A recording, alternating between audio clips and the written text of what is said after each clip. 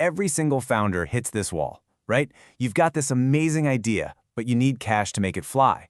The problem is, giving up equity can feel like you're selling off little pieces of your dream. So how do you get the funding you need but still keep control? Well, today we're going to break down a really powerful strategy for that, and it's called minimal dilution. I mean, just think about that for a second. It's the absolute nightmare scenario for any founder.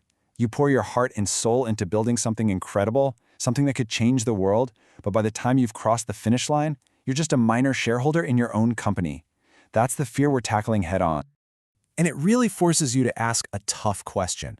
We're all out there chasing capital, trying to land that big check. But what if the equity you're trading for that cash is actually the most expensive money you will ever take? Let's dig into why that might just be the case. Okay, so this brings us right to something I like to call the equity trap. It's this sneaky, quiet force that can seriously trip up a startup when it's just getting off the ground. Look, an early deal, let's say 500 grand for 20% of your company, that feels like a huge victory, right? And when you're just starting out, it is. But here's the catch. You're selling that chunk of your company when its value is at rock bottom. It's like selling a stock at its lowest point, a permanent discount. Then you go through a seed round, a Series A, and that first 20% is just the beginning. Your stake, your control, even your motivation. It just gets sliced away piece by piece. So what do you do? Well, it all starts with changing how we think about minimal dilution. A lot of founders hear that and think it means you have to be cheap, avoid investors entirely, but honestly, that's a huge misunderstanding of what this is all about. Minimal dilution isn't about saying no to money. Not at all. It's a strategy. It's the art of purposefully making your company stronger, more valuable, before you ever set foot in a pitch meeting. Because the more value you've built, the more leverage you have. And the more leverage you have, the better your terms are going to be, and the less of your company you have to give away. Simple as that. So let's bust this myth right now. The myth is that you have to bootstrap forever, that you have to be slow and cheap. But the reality? It's about being strategic. It's about deciding when to take money and how to take it. You start treating your equity like a precious tool you only use for major growth spurts, not as a crutch to get you through the week. It's about being in control. So the big question is, how do you actually build all that value before you raise money? Well, that's where the playbook comes in. And it's all about building real, tangible stuff, not just buzz. The playbook really just boils down to 3 key things that totally change your negotiating power. First, you build something that actually works. You prove you're not just a talker. Second, you show some proof that people want what you're building. And third, you lock down and protect what makes your idea special. You do these 3 things, and you go from being just another idea on a PowerPoint slide to a real business with serious leverage. Let's just focus on that first step for a moment. You have to remember, investors aren't just betting on your idea, they're betting on you and your ability to make it happen. A working prototype, even if it's kind of clunky and held together with digital duct tape, is solid proof. It instantly moves you out of the cool concept pile and into the early traction pile. And that, right there, changes the entire conversation. I love this quote because it's so true. You don't need $1 million in revenue to prove your worth. You just need to be believable. And you do that by getting real signals of demand. Maybe it's a small pilot project, or a signed letter of intent from a potential customer, or even just glowing feedback from an expert in your field. That kind of proof is what gets you a great deal.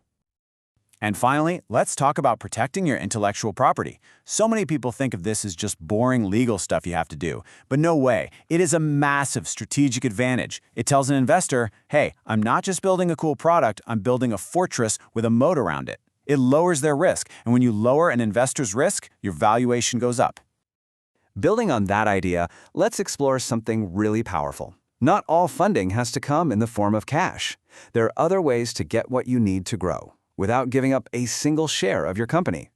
One of the best tools for this is something called in-kind investment. Basically, instead of getting a check, you get super valuable services that you would have had to pay for anyway. Think high-level IP strategy, patent filings, legal help. It's the fuel your company needs, but it doesn't cost you any equity. A perfect example of this in action is firms that invest services instead of cash. For example, a firm might give you, say, $50,000 worth of IP strategy and patent filing services. They literally help you build that defensible moat we were just talking about, turning your raw idea into a protected asset, and they do it all without taking any equity. It's a brilliant way to seed strap your company to the next level. And the end result of all this work? The whole power dynamic just flips. You're not just some founder with a slick pitch deck anymore. You're a founder with a great idea that's also protected, defensible, and really hard for anyone else to copy.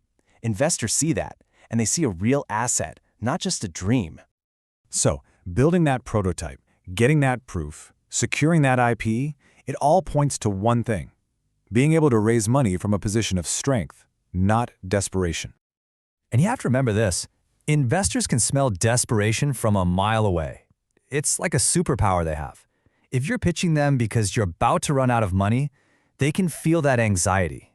And the second they do, they know they have all the power. The difference is just night and day.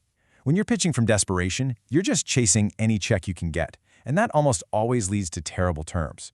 But when you pitch from a position of leverage, you get to select the right partner because you're confident. You're not begging for money, you're offering them an incredible opportunity. And this leads us to what might be the single most important point. Everyone gets obsessed with the amount of money raised, right? It's the big headline number. But it's the valuation, the terms of the deal, that actually determines how much of your company you get to keep. A higher valuation means less dilution for the exact same amount of cash. The numbers here make it so obvious. In both of these scenarios, you raise $1 million, but look at scenario A. You have low leverage, you get a $3 million valuation, and you end up giving away about a third of your company. Now look at scenario B. You have high leverage because you built your IP and got traction, your valuation jumps to $8 million. For that same $1 million, you only give up a little over 10%. Same money, wildly different outcome for you, the founder. At the end of the day, you have to remember, equity is forever. Once you give it away, you can never get it back. Every single percentage point is a permanent decision.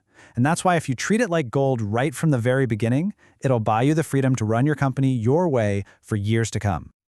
So I'll leave you with this final thought. All the hard work you do today, the building, the proving, the protecting, it all determines your position tomorrow. It's the difference between walking into a room and asking for a chance versus walking in and choosing your partners. The power to make that choice is completely in your hands.